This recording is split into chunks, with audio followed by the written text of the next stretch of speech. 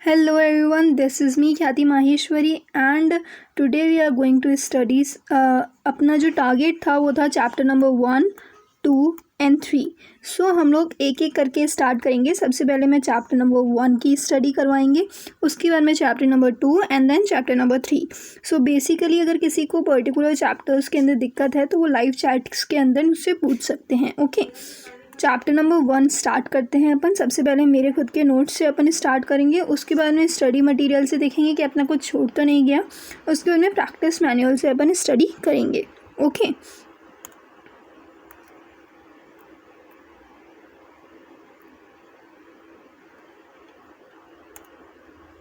So start करते हैं। सबसे पहले अपन स्टार्ट करते हैं बेसिक कंसेप्ट से। बेसिक कंसेप्ट्स के अंदर सबसे पहले अपन पढ़ेंगे जेनेसिस ऑफ ऑडिट। इसका मतलब ऑडिट जो वर्ड है वो कहाँ से आया। सो ऑडिट वर्ड आया है ऑडायर से, इसका मतलब होता है टू हियर, और ये एक लैटिन वर्ड है। अब ये कहाँ से आया है, तो ये आया है जब पुराने ज़माने में राजा होते थे तो वो क्या करते थे, वो सुनते थे और सुन सुन के ऑडिट करते थे कि हाँ इतने का खर्चा हुआ, इसके अंदर ठीक है। तो इसीलिए ऑडायर, ऑडिट वर्ड कहाँ से आया है, ऑडायर से, और ऑडायर का मतलब होता है to hear. After that general meaning. General meaning क्या होता है ऑडिट का, ऑडिट बेसिकली है क्या। सो कोई भी काम उसके बनाए हुए तरीके से हुआ है या नहीं हुआ है, उसी को चेक करने को अपन क्या कहते हैं, ऑडिट कहते हैं। ओके, सो कोई भी काम उसके बनाए हुए तरीके से हुआ है या नहीं हुआ है, उसी को चेक करने को अपन क्या कहते हैं, ऑडिट कहते हैं। ये सारे नोट्स जो हैं वो अपने टेलीग्राम चैनल के ऊपर आपको मिल जाएंगे। उसके बाद में अपन देखते हैं definition of audit.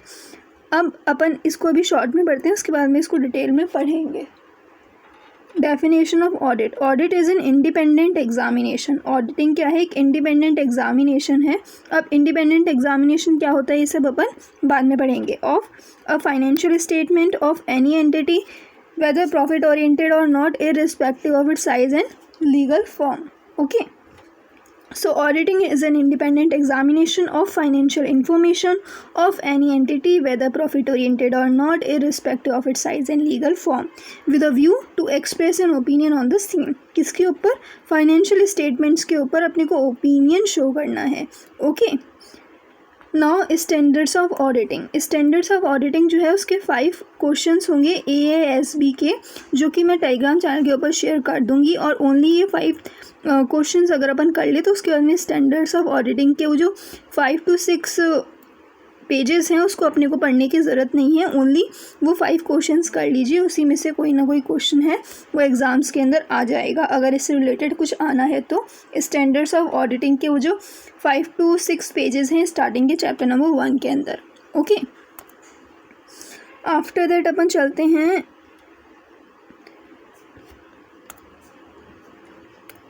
Definition of auditing को डिटेल में पढ़ने के लिए। ओके, डेफिनेशन ऑफ ऑडिटिंग पढ़ रहे हैं अपन। So auditing is an independent examination.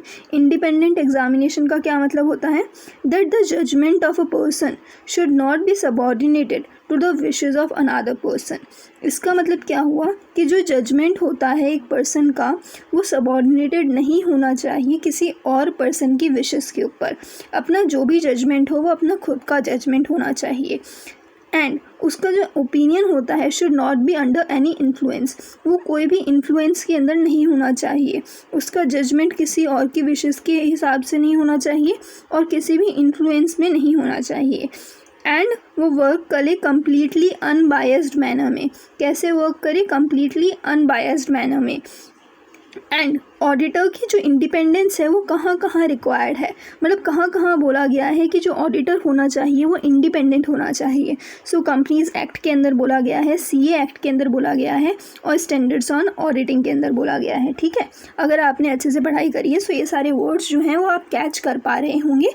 And that's what is the purpose of this video, कि आप जल्दी से जल्दी पूरा जो सिलेबस है उसको कवर अप कर लें। Okay, so definition of auditing. Auditing is an independent examination. Independent examination का मतलब क्या, that the wishes of the judgement of a person should not be subordinated to the wishes of another person The opinion should not be have any influence. It should work under completely unbiased manner, and auditor independence is required under Companies Act, CA Act and Standards on Auditing. आपको मेरे साथ में बोलना है, definition जो है उस सब चीज़ों को आपको मेरे साथ रिसाइट करते जाना है. That auditing is an independent examination of financial information. अब फाइनेंशियल इन्फॉर्मेशन का मतलब क्या होता है? Financial information means any financial data and includes a financial statements. अब फाइनेंशियल स्टेटमेंट्स की अपने को ऑडिट नहीं करनी है, अपने को बेसिकली ऑडिट करनी है फाइनेंशियल इन्फॉर्मेशन की. कोई भी जो फाइनेंशियल इन्फॉर्मेशन होती है, जो कि फाइनेंशियल डाटा होता है, कुछ फिगर्स होते हैं, कुछ मॉनेटरी वैल्यू होती है, उस सब को अपने को ऑडिट करना है, उस सब को चेक करना है, और उसके अंदर आता है फाइनेंशियल स्टेटमेंट्स भी. अब फाइनेंशियल स्टेटमेंट्स क्या होते हैं? So financial statements is a structured representation. ये एक स्ट्रक्चर्ड रिप्रेजेंटेशन होता है, जैसे कि बैलेंस शीट होती है तो उसका एक स्ट्रक्चर होता है, okay, of historical financial information. ये एक हिस्टोरिकल फाइनेंशियल इन्फॉर्मेशन होती है, क्योंकि अपन 1 साल कंप्लीट होने के बाद ही फाइनेंशियल स्टेटमेंट्स जो है उसे ड्राफ्ट कर पाते हैं. And includes related notes. जो बैलेंस शीट होती है या P&L होता है, उसके बाद में जो रिलेटेड नोट्स होते हैं वो भी इंक्लूड होते हैं फाइनेंशियल स्टेटमेंट्स के अंदर. And shows entities economic result. Entities का इकोनॉमिक रिजल्ट्स और पोजीशन भी उसके अंदर शो होता है. सो फाइनेंशियल स्टेटमेंट्स की ये डेफिनेशन है. ये डेफिनेशन किसकी है? फाइनेंशियल स्टेटमेंट की डेफिनेशन है. That financial statements includes balance sheet, profit and loss, notes to accounts, वो इंक्लूड्स होते हैं. लेकिन फाइनेंशियल स्टेटमेंट की डेफिनेशन क्या होती है? सो फाइनेंशियल स्टेटमेंट की डेफिनेशन ये होती है that financial statement is a structured representation of historical financial information and includes related notes intended to show entities economic results and position as per applicable FRF, as per applicable financial reporting framework. अब applicable financial reporting framework क्या होता है? एक बार शुरू से start करते हैं कि अपन ने अभी तक क्या कर लिया. सो definition of auditing. Auditing is an independent examination of financial information. Financial information includes financial statements, and financial statements की डेफिनेशन अपन ने कर ली है. उसके बाद में अपन पढ़ रहे हैं financial statements is as per applicable FRF. अब एप्लीकेबल फाइनेंशियल रिपोर्टिंग फ्रेमवर्क क्या होता है? So applicable financial reporting framework होता है is a financial reporting framework which is adopted by the management and TCWG in the preparation of financial statements. Financial statements को prepare करते time applicable financial reporting framework को अपन use करते हैं, and accepted in the view of nature of entity, objective financial statements and required by laws and regulation. So ये definition हो गई किसकी? अपनी applicable FRF की definition हो गई. So applicable FRF मतलब financial reporting framework which is adopted by management and TCWG is prepared in preparation of financial statements, acceptable in view of nature of entities, objective of financial statements and required under any laws and regulation. ठीक है, आगे बढ़ते हैं. सो अपन ने अभी तक क्या पढ़ लिया? Auditing is an independent examination of financial information of any entity whether profit oriented or not and irrespective of its size and legal form. इसका मतलब क्या हुआ कि चाहे कोई सी भी एंटिटी हो, चाहे वो प्रॉफिट ओरिएंटेड हो या नहीं हो, चाहे वो उसकी कोई कितनी भी बड़ी साइज़ हो, कैसा भी उसका लीगल फॉर्म हो, तभी भी अब उसको क्या चाहिए होगा? उसको ऑडिटिंग चाहिए होगी. उसको तभी भी पता होना चाहिए कि हमारे जो भी इंटरनल कंट्रोल्स हैं, हमारे जो भी फाइनेंशियल स्टेटमेंट्स हैं, वो एज़ पर एप्लीकेबल FRF या as per rules and regulation है या नहीं है. तो सारे टाइप की एंटिटीज़ को क्या ज़रूरत पड़ती है? ऑडिट की ज़रूरत पड़ती है. Okay, with a view to express an opinion on the same. इसका मतलब क्या हुआ कि उसको ऑब्टेन करना पड़ेगा एक reasonable assurance that financial statement as a whole are free from material misstatements. ठीक है, उसको एक रीजनेबल अश्योरेंस ऑब्टेन करना पड़ेगा. एक ओपिनियन देने के लिए उसके पास में एक रीजनेबल अश्योरेंस होना चाहिए. रीजनेबल अश्योरेंस मतलब a high level of assurance but not absolute level of assurance, मतलब 100% नहीं बोल सकते लेकिन फिर भी एक हाई लेवल ऑफ अश्योरेंस होता है, उसको बोलते हैं reasonable assurance of the financial statements that are free from material misstatements, that ये जो फाइनेंशियल स्टेटमेंट्स हैं ये फ्री है फ्रॉम मटीरियल मिस स्टेटमेंट्स, ऐसी मिस स्टेटमेंट्स जो कि मटीरियल हैं, जो कि इन्फ्लुएंस कर सकती हैं यूज़र्स की डिसीजन मेकिंग को। ओके, आई होप आप सारे पॉइंट्स जो हैं उसे कनेक्ट कर पा रहे हैं कहीं ना कहीं। उसके बाद में financial statements are prepared as per applicable FRF. सबसे पहले ऑब्टेन करना है एक reasonable assurance that financial statement as a whole are free from material misstatements. Financial statements are prepare as per applicable FRF. Applicable FRF क्या होता है वो अपन ने पहले ही पढ़ लिया है। उसके बाद में that financial statements states true and fair view of the states of affairs of the organisation. जो फाइनेंशियल स्टेटमेंट्स है वो ट्रू एंड फेयर व्यू देते हों of the state of affairs of the organisation को, मतलब ऑर्गेनाइजेशन अगर growth कर रही है सो उनके फाइनेंशियल स्टेटमेंट्स में भी ग्रोथ आनी चाहिए। अगर फाइनेंशियल जो एंटिटी है वो डाउनफॉल चल रहा है उसका, सो फाइनेंशियल स्टेटमेंट्स भी ऐसे होने चाहिए जिसके अंदर दिख रहा हो कि हाँ भाई इस कंपनी का डाउनफॉल चल रहा है, विंडो ड्रेसिंग नहीं होनी चाहिए, और यही सब अपने को चेक करना है ऑडिट के अंदर। सो एक बार फिर से कंक्लूड करते हैं, डेफिनेशंस ऑफ ऑडिटिंग पे हैं अपन, एंड डेफिनेशन ऑफ ऑडिटिंग के अंदर अपन ने पढ़ा है that auditing is an independent examination of financial information of any entity with a view to express an opinion on the same. इसके अंदर अपन ने कई सारे कॉन्सेप्ट्स को क्लियर करा है। कौन कौन से कॉन्सेप्ट्स को क्लियर करा है कि इंडिपेंडेंट एग्जामिनेशन क्या होता है, कहाँ कहाँ पे इंडिपेंडेंट एग्जामिनेशन ज़रूरी होता है, फाइनेंशियल इन्फॉर्मेशन क्या होता है, फाइनेंशियल स्टेटमेंट्स की डेफिनेशन क्या होती है, एप्लीकेबल एफआरएफ की डेफिनेशन क्या होती है। उसके बाद में सारी एंटिटीज़ को ऑडिटिंग की ज़रूरत होती है। उसके बाद में अपन ने पढ़ा कि ओपिनियन किस तरीके से अपन फॉर्म करते हैं, और ओपिनियन फॉर्म करने के लिए अपन को क्या क्या चीज़ें देखनी पड़ती हैं एक एंटिटी के अंदर। ओके, अब अपन मूव करते हैं नेक्स्ट पेज पर। ओके, सो नेक्स्ट पेज पे आ रहा है द ऑडिटर। ऑडिटर के अंदर अपने को क्या क्या पढ़ना है। सो ऑडिटर के अंदर अपने को पढ़ना है that who is an auditor, auditor कौन होता है, functional classification of an auditor and the qualities of an auditor. Who is an auditor, auditor कौन है, the person conducting an audit is known as auditor. He makes a report, उसको एक report बनानी पड़ती है, to a person appointed him, और वो report किसको देगा, to the person appointed him after examination of accounting records and accounting statements and form an opinion on the financial statements. So एक ये पर्सन होता है जो कि कंडक्ट करता है ऑडिट को, और सारे एग्जामिनेशंस के बाद में अपना एक ओपिनियन फॉर्म करता है, और अपना रिपोर्ट जो है, अपना ओपिनियन जो है वो उसको देता है जिसको उसने अपॉइंट करा था उसको। ठीक है, इसको बोलते हैं auditor. So auditor is a person conducting audit is known as auditor, makes a report and to the person appointed him. Okay, now functional classification of an auditor. किस किस तरीके से अपन ऑडिटर को क्लासीफाई कर सकते हैं, या तो वो इंटरनल ऑडिटर हो सकता है या फिर तो वो एक्सटर्नल ऑडिटर हो सकता है। इंटरनल ऑडिटर जो कंपनी का एम्प्लॉय भी हो सकता है। इसका मतलब क्या हुआ कि जो कंपनीज़ हैं वो कभी कभार इंटरनल ऑडिटर्स को भी अपॉइंट करती हैं ताकि वो जान सकें कि अपना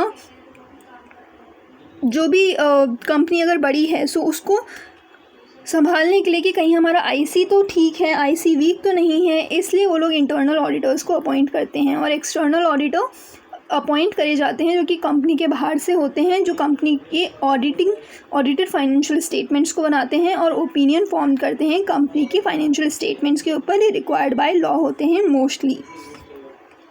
ओके, आफ्टर दैट अपन पढ़ते हैं qualities of an auditor. One second. Qualities of an auditor, अगर एक क्वेश्चन आता है qualities of an auditor, so one second,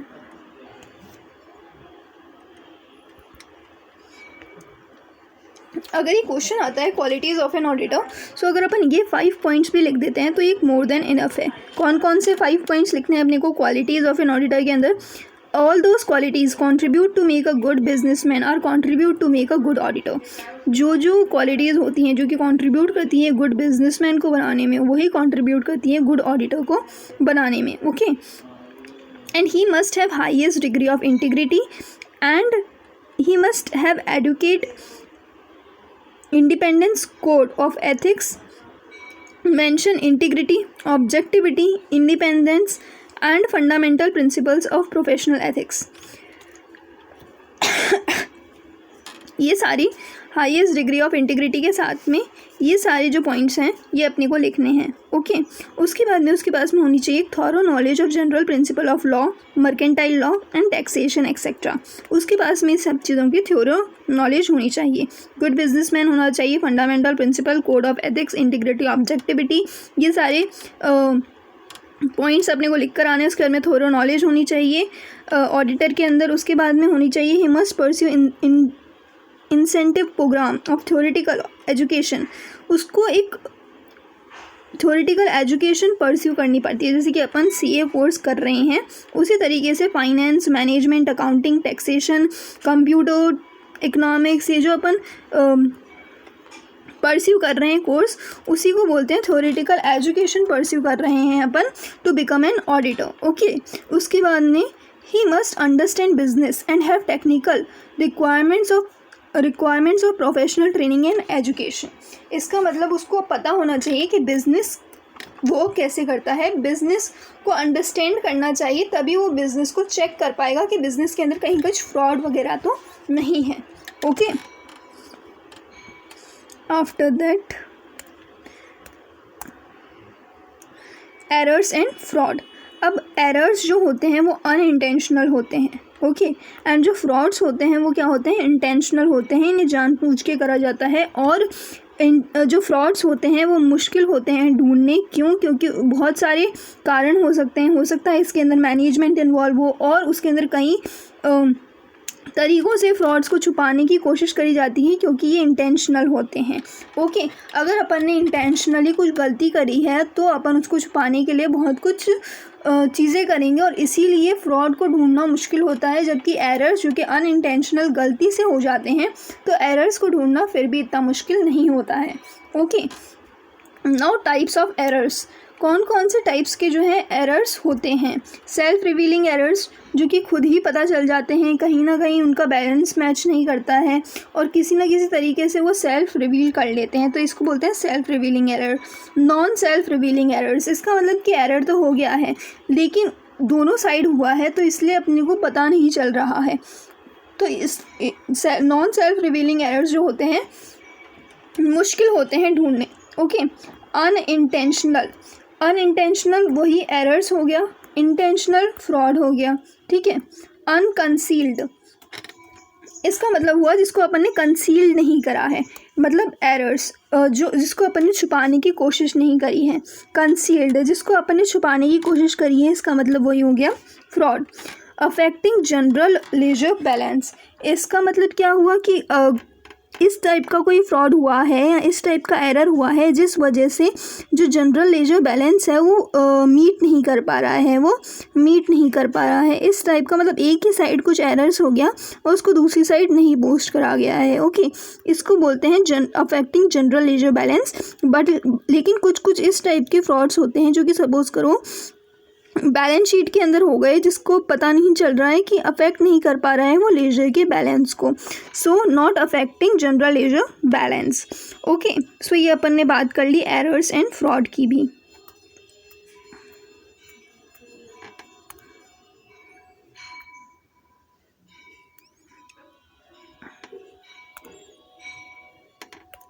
now basic principle governing and audit. अब सबको पता है इसका जो शॉर्ट कोड है वो है डिस्कोपेयो, उसी के हिसाब से मैंने इसको अरेंज करा है, इस पूरे चार्ट को उसी तरीके से अरेंज करा है मैंने।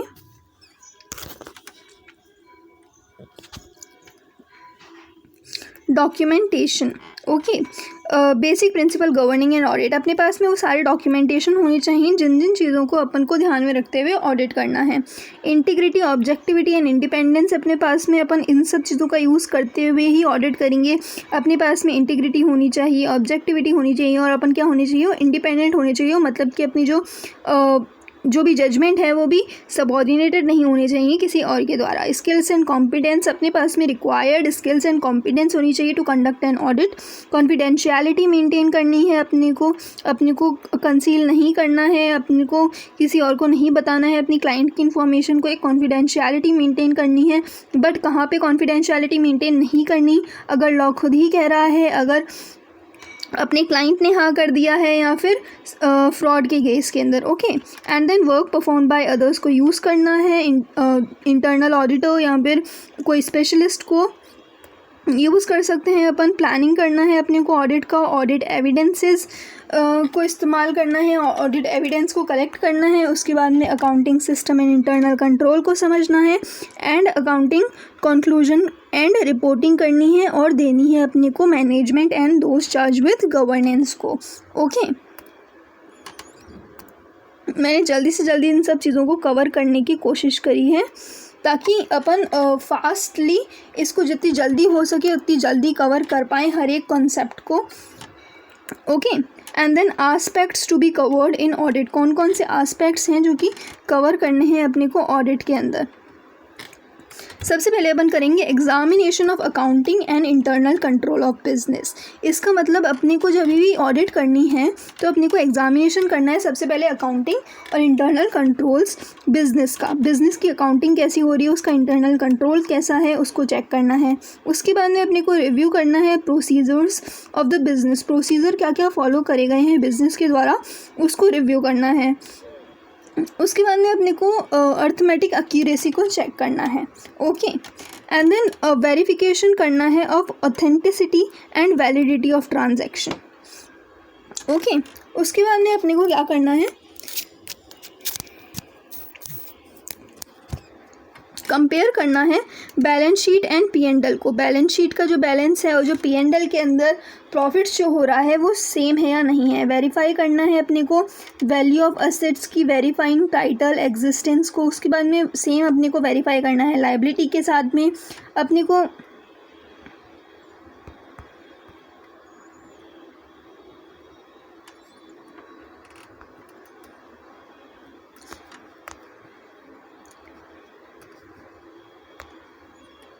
को चेक करना है दैट जो रिजल्ट शो हो रहे हैं P&L, ये P&L होगा, P&L के अंदर वो ट्रू एंड फेयर हो। चेक करना है स्टेटूटरी रिक्वायरमेंट्स जो है वो उसको मीट हो रहा है या नहीं हो रहा है, और रिपोर्टिंग करनी है अप्रोप्रिएट पर्सन्स को, अप्रोप्रिएट बॉडी को। तो अपन इस चार्ट से क्या कर सकते हैं, जल्दी से रिवाइज कर सकते हैं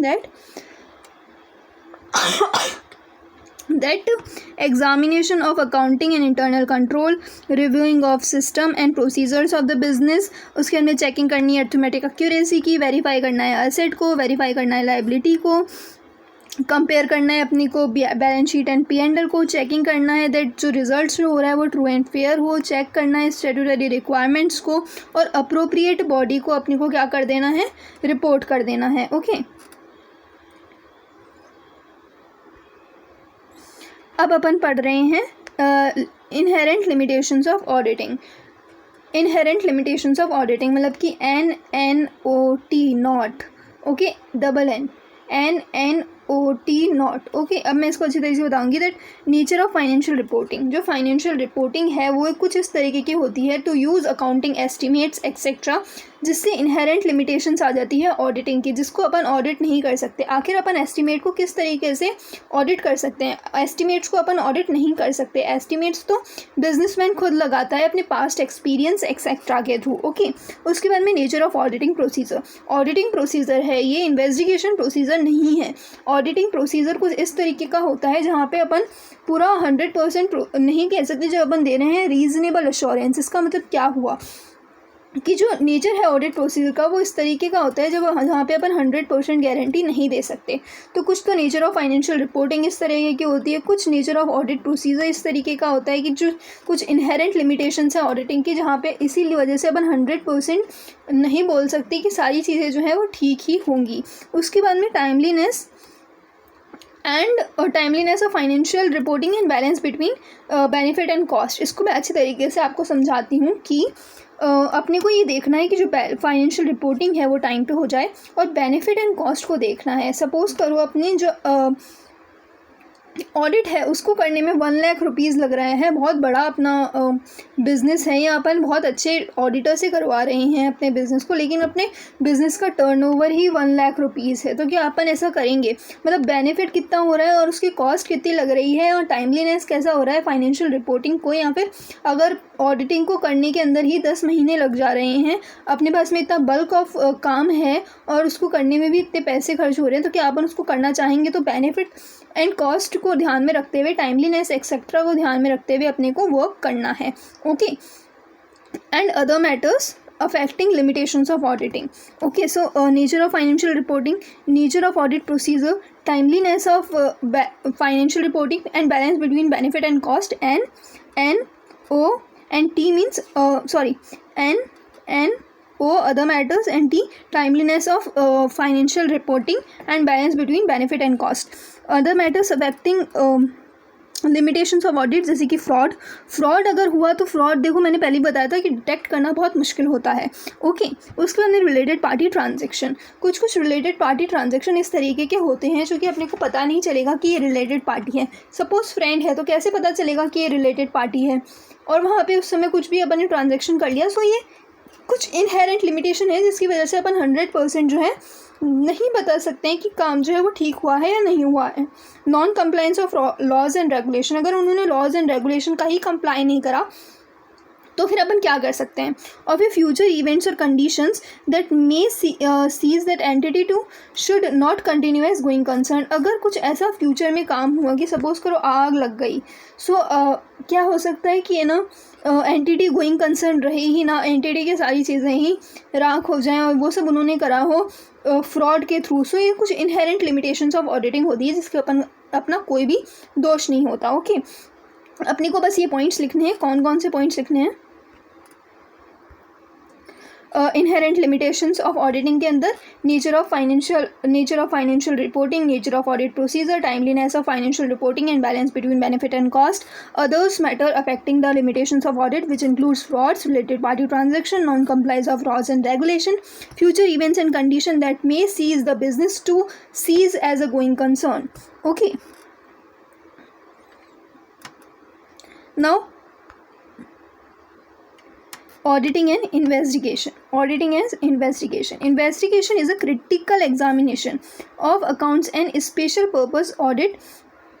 इसका मतलब क्या हुआ कि ऑडिटिंग एक क्रिटिकल एग्जामिनेशन होता है अकाउंट्स का या फिर कोई भी स्पेशल पर्पस ऑडिट। मतलब कि सपोज करो उनको लग रहा है कि इन्वेंट्री के अंदर ही कोई झोल है तो वो खाली इन्वेंट्री का ही ऑडिट करेंगे इन्वेस्टिगेशन के अंदर। लेकिन जो ऑडिटिंग होता है on the other hand is a general purpose to find out whether the account shows true and fair view. अपन ये नहीं सोच के चलते हैं कि कुछ ना कुछ गड़बड़ है, कुछ क्रिटिकल एग्जामिनेशन नहीं करते हैं अपन, अपने पास में उतनी पावर नहीं होती है ऑडिटिंग के अंदर जितनी की होती है इन्वेस्टिगेशन के अंदर, क्योंकि इन्वेस्टिगेशन करते ही इस पॉइंट ऑफ व्यू से कि कुछ ना कुछ गड़बड़ तो है। और वही अपना नेक्स्ट पॉइंट है that auditing नेवर्स start with a pre conceive notion that states of affairs but investigation starts with that, कि इन्वेस्टिगेशन उसी से स्टार्ट होती है कि कुछ ना कुछ गड़बड़ तो है, लेकिन ऑडिटिंग इस चीज़ से स्टार्ट नहीं होती। इसके बाद में अपन अगर ऑडिटिंग एंड इन्वेस्टिगेशन का क्वेश्चन आता है सो अपने को क्या करना है, सबसे पहले ये बताना है कि क्रिटिकल एग्जामिनेशन होता है। उसके बाद में ये बताना है कि एक प्री कंसीव नोशन उसके अंदर होता है कि हाँ ऑलरेडी कुछ ना कुछ गड़बड़ है। उसके बाद में अपने को रेफरेंस दे देना है कि ऑडिटिंग के अंदर भी फ्रॉड का जो है अपन रिपोर्टिंग कर सकते हैं। कैसे कर सकते हैं, सेक्शन 143 सबसेक्शन 12 के अंदर अपन फ्रॉड की रिपोर्टिंग कर सकते हैं सेंट्रल गवर्नमेंट डायरेक्ट को। ठीक है, ये सारे पॉइंट्स लिख दीजिए। ऑडिटिंग एंड इन्वेस्टिगेशन वाला भी पॉइंट अपना हो गया।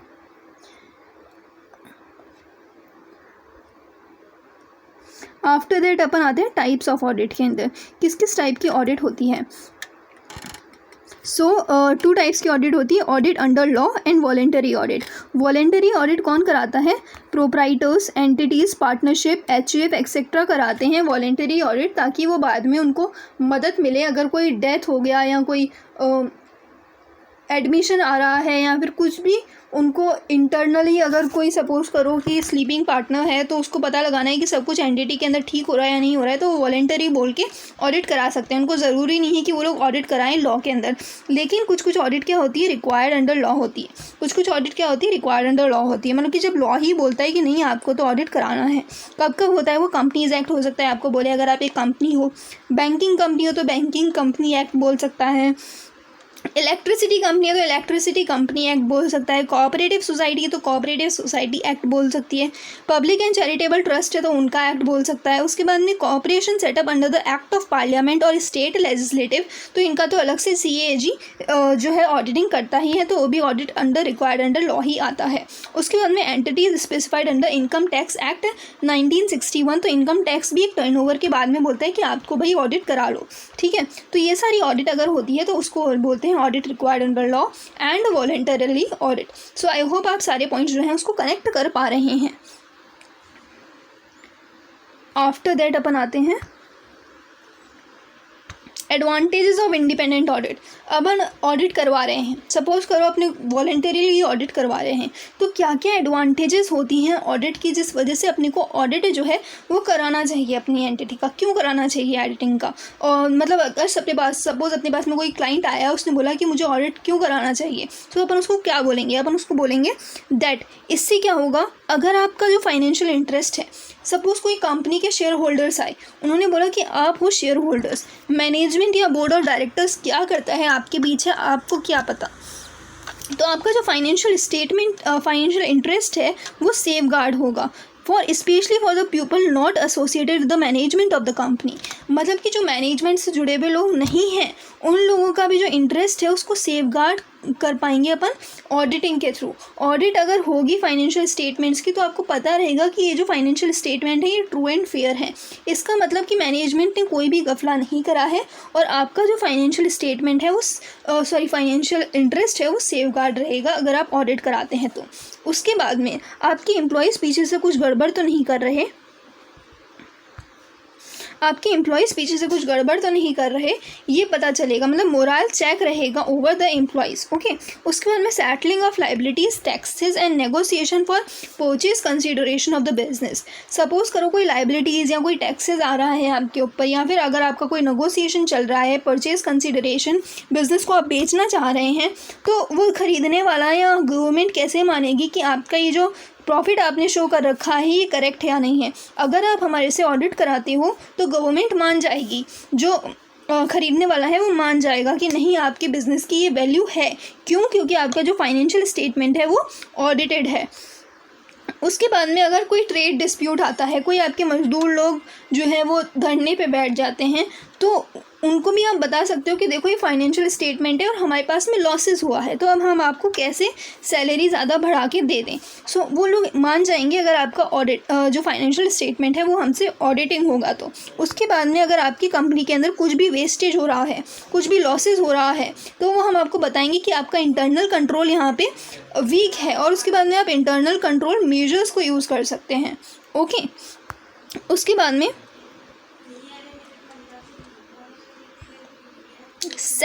Settlement of an accounts in times of admission और डेथ ऑफ द पार्टनर। अभी आ रहा है पार्टनरशिप कंपनी के ऊपर।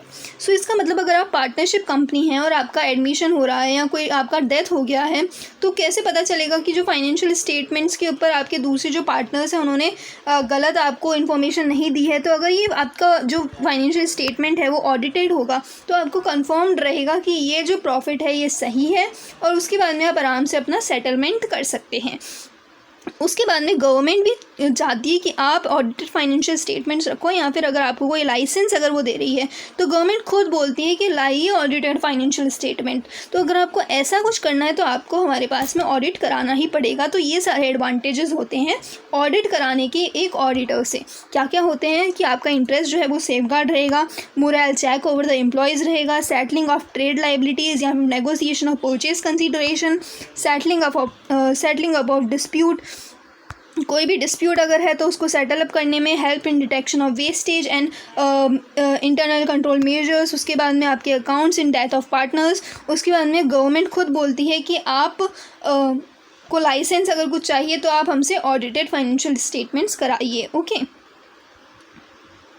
And then last but not the least अपन आ जाते हैं, क्योंकि इसके ऊपर देखो एक शॉर्ट नोट आ सकता है कि रिलेशनशिप विद अदर प्रिंसिपल। तो इसको आप बस जो लास्ट जो दो जो पेजेस हैं उसको एक बार रीड आउट कर लीजिएगा कि relationship of auditing with accounting, law, economics, behavioural science. एक दो जो इसके पॉइंट्स हैं उसको याद कर लीजिएगा। Statistics and mathematics, data processing, financial statements and production. Okay, and यहाँ पे अपना चैप्टर नंबर 1 जो है वो कंप्लीट होता है। बट अभी मैं आपको एसएम से पढ़ा देती हूँ कि अपन ने सारी चीज़ें कंप्लीट करी है या नहीं करी है, और इसको भी एक बार अपन रिवाइज़ कर लेते हैं। ओके, एक बार जल्दी से रिवाइज़ कर लेते हैं पूरा। सबसे पहले अपन ने पढ़ा जेनेसिस ऑफ ऑडिटिंग, उसके बाद में general meaning, definition of auditing and standards on auditing के 5 क्वेश्चंस मैं आपको टेलीग्राम चैनल पे दे दूंगी। ओके, उसके बाद में अपन ने पूरा पढ़ लिया डेफिनेशंस ऑफ ऑडिटिंग, जिसके अंदर अपन ने पढ़ा इंडिपेंडेंट एग्जामिनेशंस के बारे में, फाइनेंशियल स्टेटमेंट्स के बारे में ऑफ एनी एंटिटी एक्सेट्रा। उसके बाद में अपन ने ऑडिटर के बारे में पढ़ा कि कौन होता है ऑडिटर, उसका functional classification and qualities of an auditor, frauds, intentional unintentional types of errors. Okay, basic principles governing an audit, aspects to be covered in audit, audit किस तरीके से अपने को करनी है। उसके बाद में inherent limitations of auditing, after that audit and investigation, types of audit, law की ऑडिट एंड वॉलंटरीली ऑडिट। उसके बाद में अपन ने पढ़ा एडवांटेजेस ऑफ ऑडिट, ऑडिट कराने के क्या क्या एडवांटेजेस होते हैं। उसके बाद में relationship of audit with other disciplines. अब अपन जल्दी से पढ़ लेते हैं अपना, इसी को अपन एसएम से कंपेयर कर लेते हैं कि अपन ने स्टडी मटेरियल में से सब कुछ कवर अप करा है कि नहीं करा है। ओके,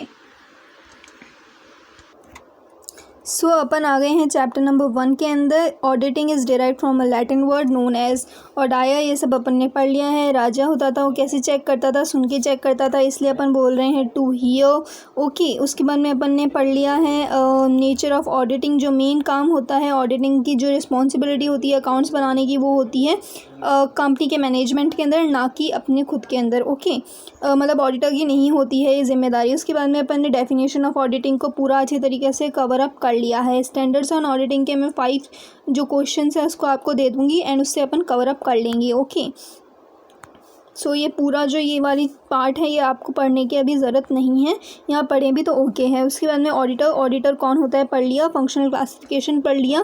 उसके बाद में क्वालिटीज़ ऑफ एन ऑडिटर अपन ने पढ़ लिया।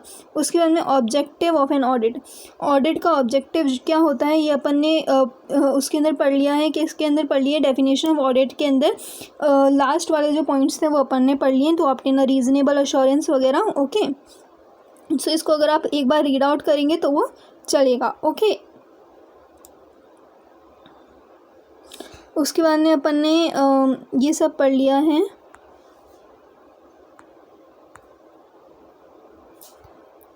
Detection of fraud and error, duty of auditor होती है। तो ये वाला जो पॉइंट है इसका जो क्वेश्चन नंबर 1 है ऑफ प्रैक्टिस मैनुअल, तो उसको अच्छी तरीके से आप 100% कर लीजिएगा। ओके,